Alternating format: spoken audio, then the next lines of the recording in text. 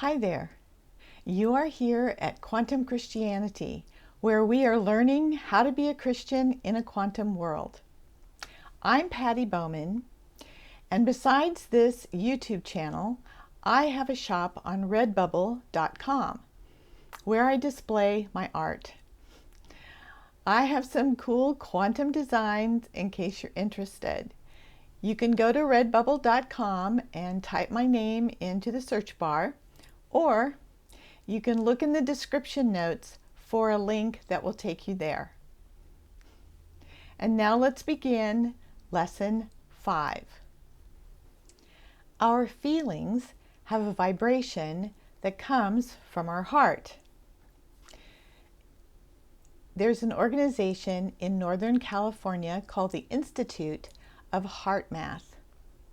They do experiments to learn about the human heart. They believe it does more than just pump blood.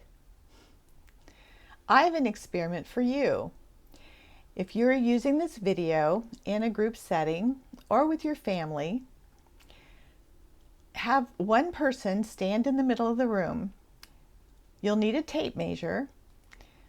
Give them one end of the tape measure to hold, and then pull the tape measure out 8 feet.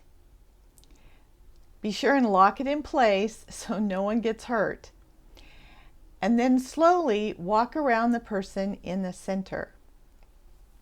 Heart math tells us that our energy field extends from beyond our body from 2 to 8 feet.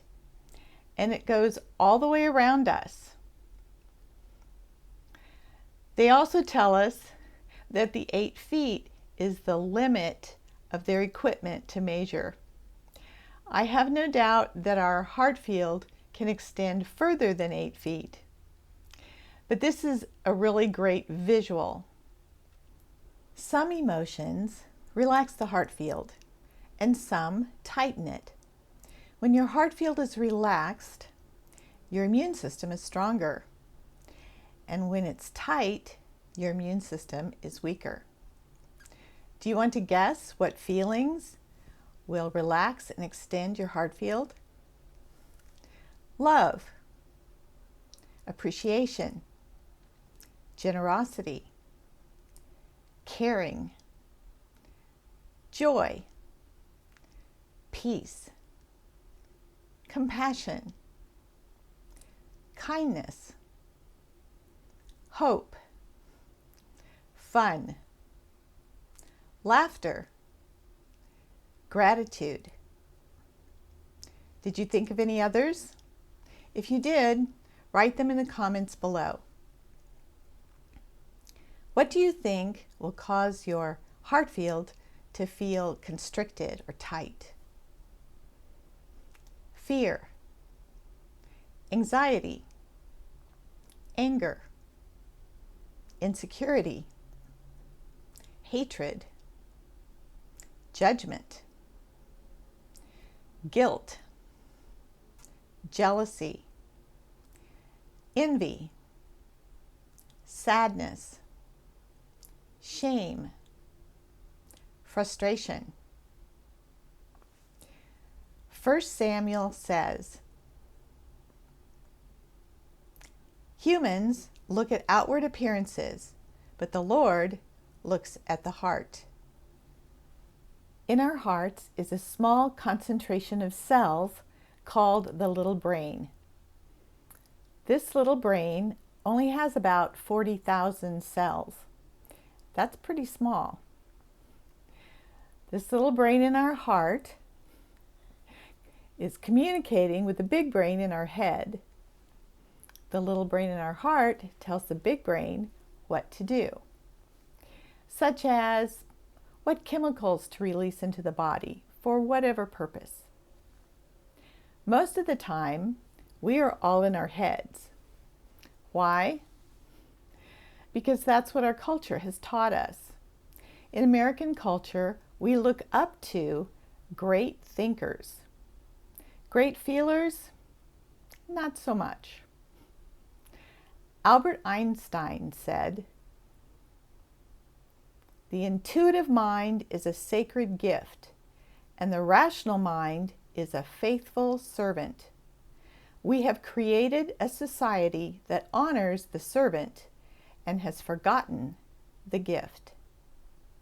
We say to our kids, use your head, be practical, face reality, think. It's good to think. It's also good to feel. It's good to use your head, but it's also good to balance that with heart knowledge that we call intuition. Sometimes being practical makes sense. Sometimes following your heart makes more sense. So what do? Well, first, allow yourself to feel. Allow your children to feel. Name their feelings so they have a feeling vocabulary. That way you can communicate better with each other. The second thing you can do is ask God for help. Proverbs says, trust in the Lord with all your heart. Do not rely on your own insight. In all your ways acknowledge Him, and He will make straight your paths. Psalm says, take delight in the Lord, and He will give you the desires of your heart. The third thing you can do is tune your heart and head together. I learned this little meditation from Greg Braden. You can find Greg on YouTube. First, place your hand over your heart, close your eyes, and breathe. As you breathe, imagine that you're moving energy from your heart up to your head and back down to your heart. With each breath, continue to imagine moving the energy up to your head and back down to your heart. And continue that for 3 minutes. But even if you only have 1 minute, I would do it anyway. I think it's that beneficial. Your feelings matter a lot. Your brain has an electrical field, but your heart's electrical field is 100 times stronger than the brain. Your brain also has a magnetic field. Your heart's magnetic field, however, is 5,000 times stronger than your brain. Your feelings, whether you're hiding them or not, are vibrating. And you are the only one in charge of your feelings. You can change them. You can shift them. Mozart said, I pay no attention whatever to anybody's praise or blame. I simply follow my own feelings. You can extend your heart field with feelings of generosity, compassion, and hope. Or you can constrict your heart field with feelings of anger, judgment, and fear. It's your choice. How will you choose to vibrate? Philippians says, and the peace of God, which passes all understanding, will keep your hearts and minds in Christ Jesus. In our next lesson, we will continue this conversation. Until then, let your light shine.